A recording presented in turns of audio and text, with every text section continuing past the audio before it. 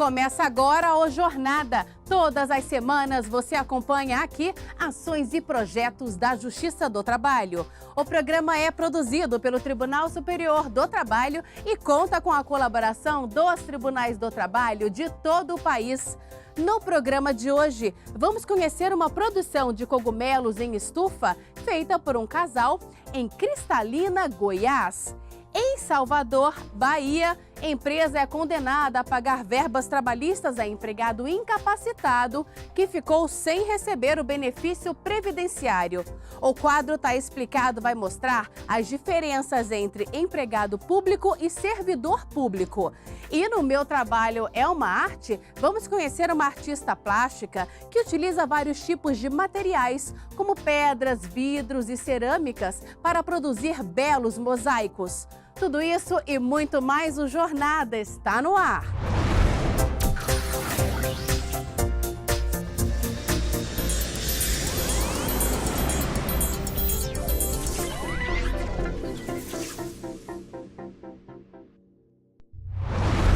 Os cogumelos já fazem parte da alimentação de muitas pessoas, especialmente dos vegetarianos e veganos.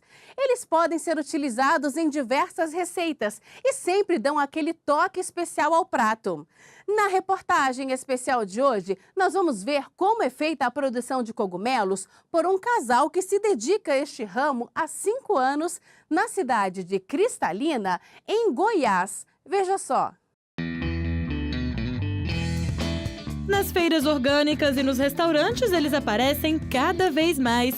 Antes presentes apenas em pratos mais sofisticados, hoje os cogumelos já são muito utilizados na culinária e têm aparecido em recheios de pratos populares, como tapiocas. O chefe de cozinha deste restaurante prepara vários pratos com o produto e a procura só vem aumentando. Tem muitos clientes que buscam cogumelos, tem um cardápio bem repletinho com cogumelos também.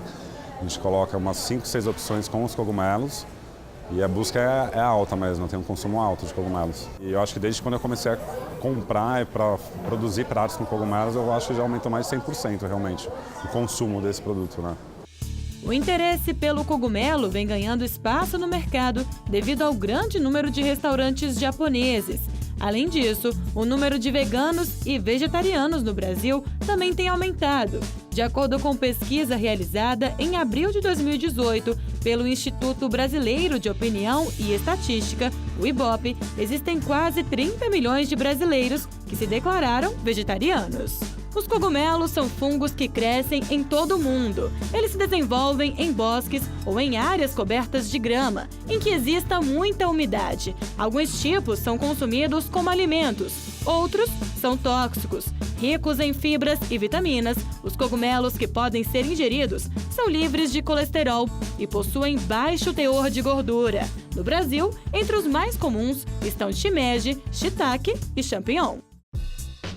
Existem diversas formas de cultivar cogumelos, com a utilização de alta tecnologia ou da forma mais comum, por pequenos produtores em estruturas rústicas e mais simples, como nesta fazenda que vamos conhecer agora.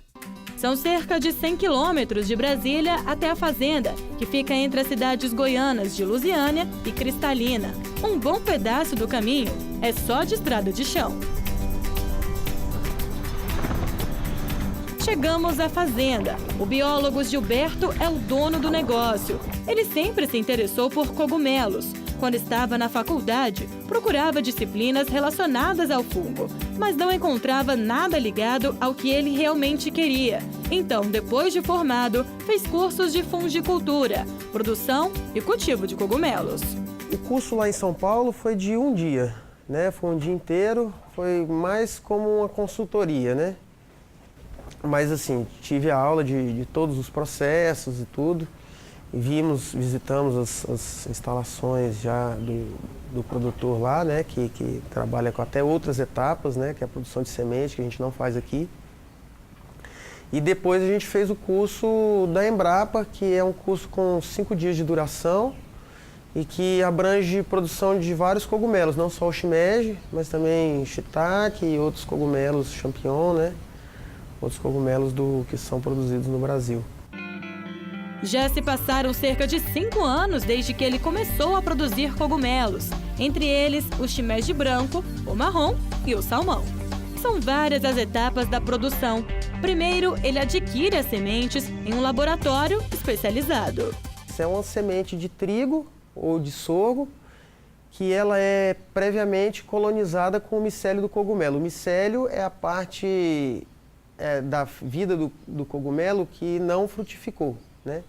Então o cogumelo é a frutificação e a gente tem o micélio, que seria o fungo, né? O mofinho, que é o cogumelo, é a mesma espécie, mas é uma outra fase da vida dele. Esse monte aqui é uma mistura de capim, bagaço de cana, farelo de trigo e gesso.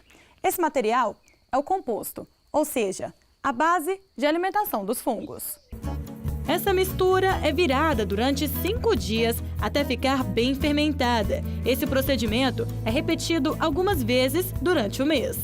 Ele tem um intervalo, né, da gente ir de um composto para o outro, né? Aí uns 30 dias, mas quando começa, vamos fazer, aí é 15 dias sem parar, cortando, ressecando, fazendo tudinho. 15 dias e uns 30 dias para começar a fazer o outro. O composto então é trazido para o túnel de pasteurização, que fica dentro dessa sala fechada. Ali ele passa pelo vapor e por temperaturas muito elevadas durante 10, 12 horas. Logo após, ele passa pelo condicionamento, etapa em que a temperatura é reduzida para cerca de 50 graus. O material que está lá dentro permanece durante 5 a 7 dias e a porta não pode ser aberta até o fim do processo. O que a gente faz nesse processamento, na verdade, é uma fermentação controlada, né? No qual a gente vai colonizar o composto com 99% só dos micro-organismos que a gente quer que são interessantes para o cogumelo, né? Que são benéficos tanto para o desenvolvimento do cogumelo, como benéficos impedindo a entrada de fungos competidores e bactérias que possam estragar o substrato e impedir o crescimento do cogumelo. Depois vem a etapa da incubação, quando o composto é ensacado junto com a semente do cogumelo. Mas antes de tudo, é importante lavar bem as mãos. Os sacos são trazidos para dentro dessa estufa e ficam por aqui cerca de 18 a 25 dias. Os cuidados aqui são especiais. Na fase de incubação, as janelas ficam todas fechadas. As sementes ficam sem receber luz e nem ar. Quanto menos movimento aqui dentro, menor o risco de contaminação. Quando a semente está pronta para frutificar, a condição ambiental é alterada. Todas as janelas são abertas no período do dia. O umidificador de ar é ligado e o ar externo é liberado dentro da estufa. É agora que o cogumelo precisa de luz para crescer saudável até ser colhido. A Daily é a responsável pela limpeza e embalagem dos cogumelos. São cerca de 120 a 150 quilos de cogumelos produzidos por semana. Touca e luvas são essenciais. Porque se a gente não usar isso, né, então o cogumelo vai ficar cheio de cabelo, entendeu? E a gente faz isso para entregar direitinho, porque tem que ter uma boa limpeza, né?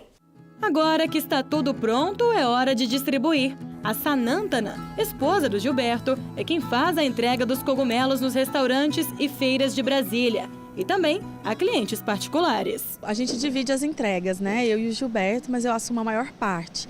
A gente condensa ela dois dias na semana, nas terças e sextas, e aí é o dia todo. A gente começa cedo e vai até a noite. Às vezes a gente também continua no sábado, quando tem muita demanda, e é o dia todo, plano piloto, fora, Taguatinga, Águas Claras, quase todo o DF a gente faz. E no atacado e no varejo, né? Feiras como essa daqui. E a gente trabalha também com padarias, com confeitarias veganas, é um leque bem amplo mesmo. E lembra daquele restaurante lá no início da reportagem? Ele é um dos clientes da Fazenda de Cogumelos. E o Matheus está sempre por aqui, experimentando as diversas receitas. O sabor?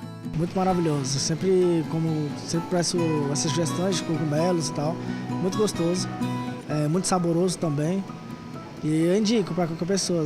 Com tantos elogios assim, eu também fiquei curiosa para experimentar pratos feitos com cogumelos. Aqui nós temos a coxinha e o escondidinho.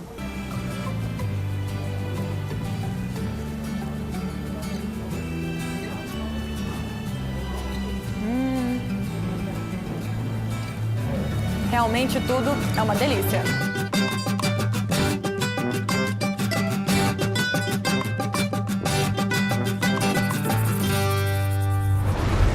Chegou a hora de viajar pelo Brasil e conhecer algumas decisões de destaque da Justiça do Trabalho. O Tribunal Regional do Trabalho da Terceira Região condenou a Telefonia Claro a indenizar uma ex-vendedora por abuso na cobrança de metas. A empregada alegou que o superior hierárquico enviava o resultado das vendas a todos os participantes do grupo de vendedores no WhatsApp, com destaque para aqueles que não realizaram vendas. O regional considerou que a prática configurou dano moral à profissional. O Tribunal Regional do Trabalho de Mato Grosso condenou a empresa Crefisa ao pagamento de indenização de R$10 mil a uma de suas ex-empregadas por cobrança excessiva de metas. A sentença ressaltou que a cobrança de metas em si não é ilegal, mas não deve ultrapassar os limites. O Tribunal Regional do Trabalho da Paraíba determinou o pagamento de indenização a uma empregada do Banco Bradesco submetida a situações vexatórias. O regional considerou que a profissional sofreu assédio moral e que deveria receber indenização de R$20 mil. No próximo bloco, em Salvador, Bahia, a empresa é condenada a pagar verbas trabalhistas a empregado incapacitado que ficou sem receber o benefício previdenciário. E ainda hoje, as diferenças entre empregado público e servidor público no quadro Tá Explicado. Nós voltamos em instantes.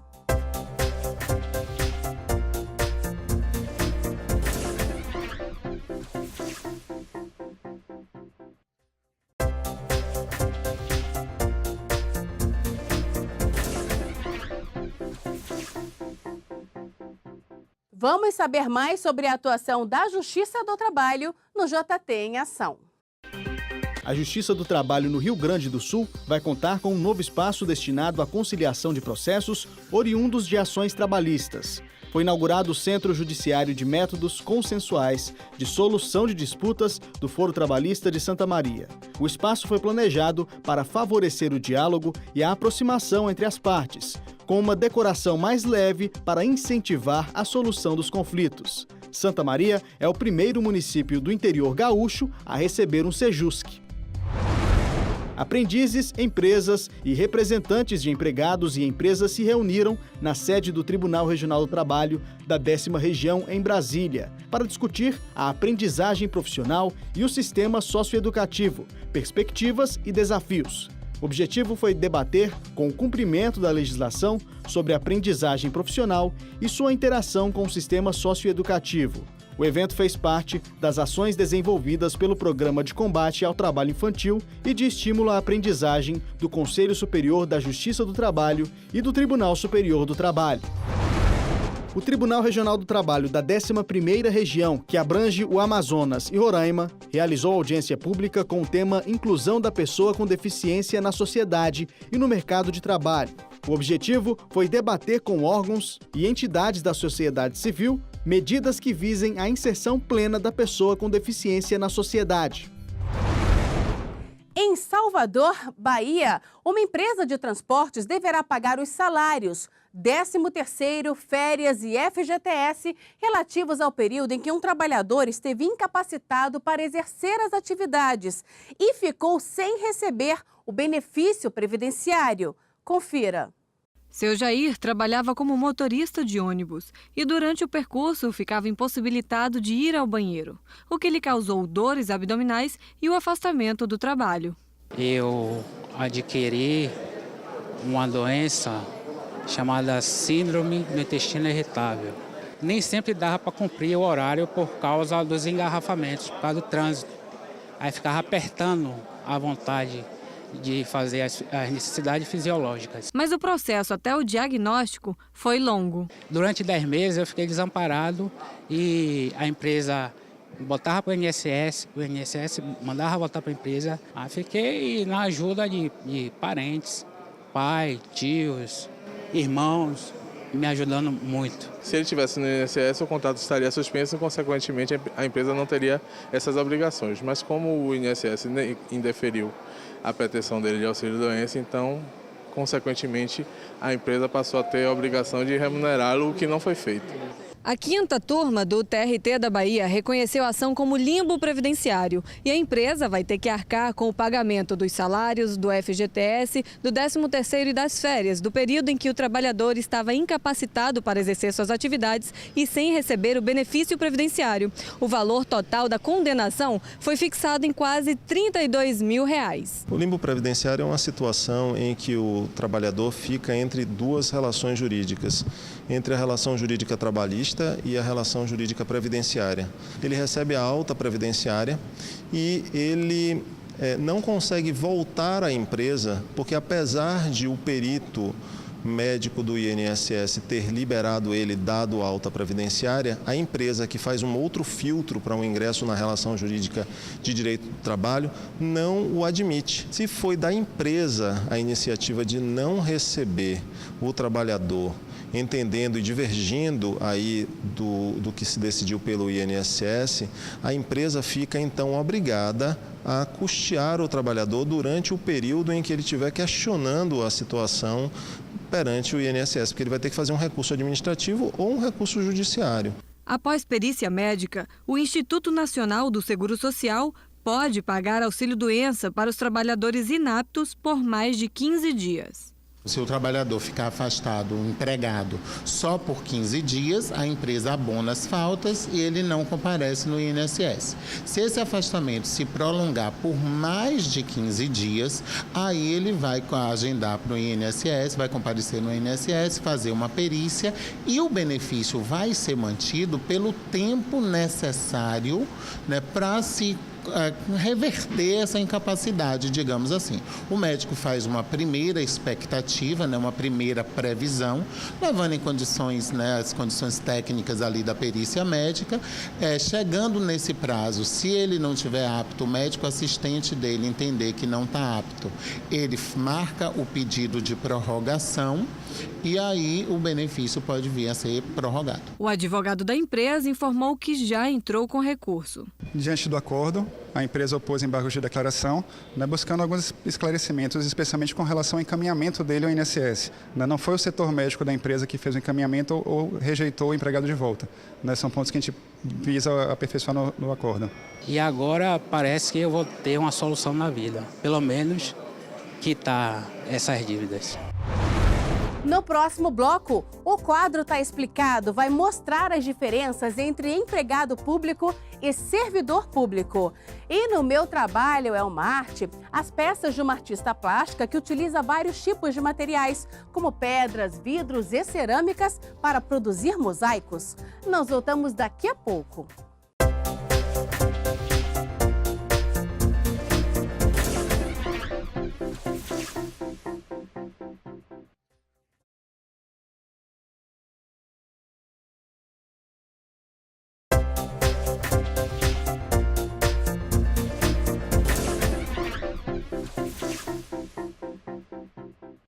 Servidor público e empregado público. Muita gente acha que são a mesma coisa, mas não é assim. Apesar de ambos os cargos só poderem ser exercidos por meio de concurso público, há diferenças entre eles.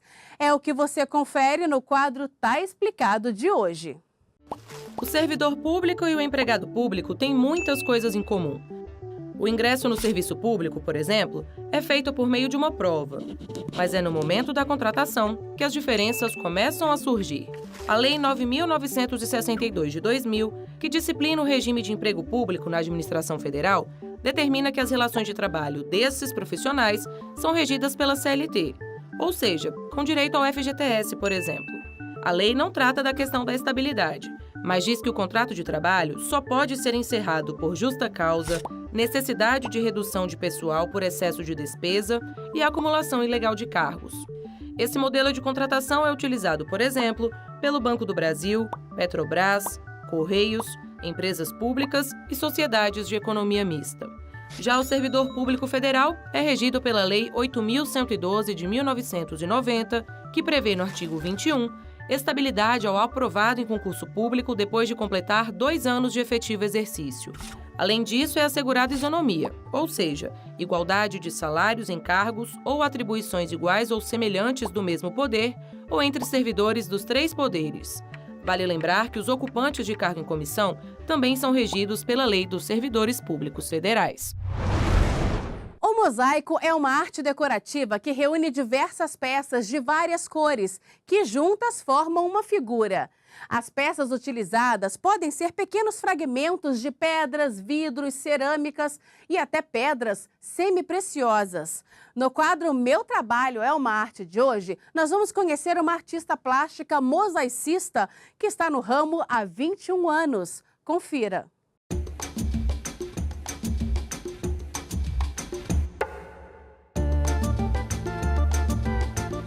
Sou Cida Carvalho, sou artista plástica mosaicista, trabalho com mosaicos desde 1997. Comecei na minha cidade natal, que é Curitiba. Em 2002 nós viemos para Brasília, eu e minha família, e eu continuo trabalhando com mosaicos aqui também em Brasília. Eu já gostava de arte e aí eu fiz o meu primeiro curso, foi História da Arte. E depois de História da Arte eu fiz um curso de pinturas antigas, restaurações e mosaico também, e eu me apaixonei pelo mosaico, mas ainda estava indecisa. Aí o destino tratou de me colocar nos trilhos. Em 2007 eu saí do Brasil, fui para a Itália e fui para a Espanha. Aliás, eu visitei vários países, mas Itália e Espanha com referências ao mosaico, né?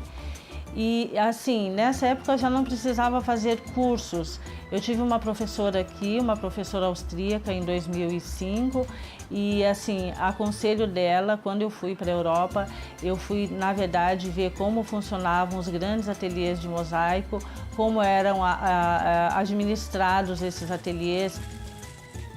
Os materiais utilizados para os mosaicos aqui dentro do ateliê são pedras naturais, pedras semipreciosas, pedras trabalhadas ou pedras brutas, vidros, cerâmica, pastilhas, materiais perenes, materiais que nós trabalhamos no mosaico e materiais que vão durar muito. Então nós começamos aqui o quadro que nós riscamos, ele tem atrás um lugar para pendurar. Então nós riscamos, achamos aqui a linha dele. Esses números aqui são de MDF, são cortados em MDF, já vêm prontos, nós pintamos, passamos pouquinha cola, só mesmo para grudar. Depois nós riscamos, nós pegamos um lápis e fazemos um risco aleatório.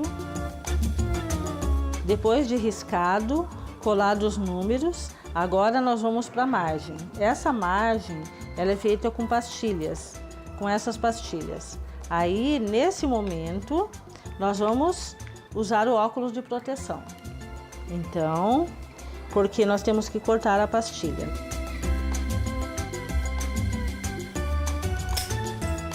Agora, vai chegar a hora de colar as pedrinhas. Então, vamos lá.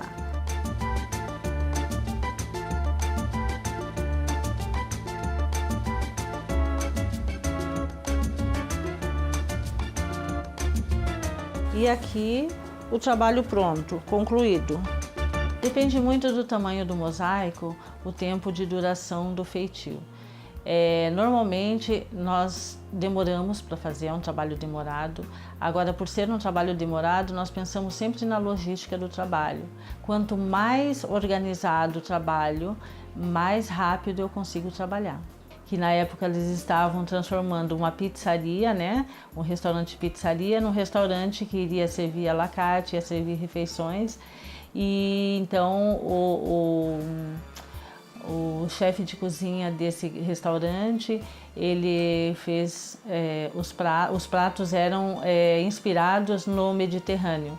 E aí nós tínhamos que fazer uma parte do mosaico desse restaurante em alguma coisa típica mesmo mediterrânea.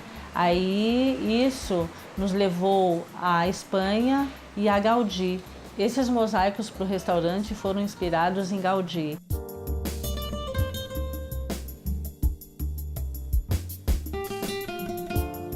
E agora eu fui convidada pela Embaixada de Israel a fazer uma escultura que está no Jardim Botânico. Lá tem uma parte que se chama Jardim Bíblico, que é um jardim de Israel, e nesse jardim tem uma escultura que se chama Romã. Essa escultura foi feita aqui dentro do ateliê. É uma escultura mais ou menos de 2,40 metros de altura por 1,5 metro de largura. Eu criei uma coleção de mosaicos, monumentos de Brasília, fauna e flora do Cerrado, e investi também num bom catálogo. E nessa exposição que foi feita em 2014, eu lancei também a Biena, que na época tinha o nome de Brasil Mosaico, mas era a minha segunda empresa, que é a empresa que hoje trabalha com estampas. Essa roupa que eu estou usando é uma estampa nossa. Eu considero o meu trabalho uma arte maravilhosa, uma arte plena, é uma arte completa. Quando eu estou criando, assim, eu me sinto livre, e eu sempre estou procurando aprimorar a técnica, aprimorar a linguagem também, porque arte é linguagem, né? A arte você expressa tudo aquilo que você está sentindo, tudo aquilo que você quer. A arte é algo muito lindo, muito bonito, e eu sempre procuro passar isso para os meus alunos, que nós criamos e a partir do trabalho pronto, você olha o trabalho e você entende direitinho cada momento. Por hoje é só. O Jornada fica por aqui. Muito obrigada pela companhia e até a próxima.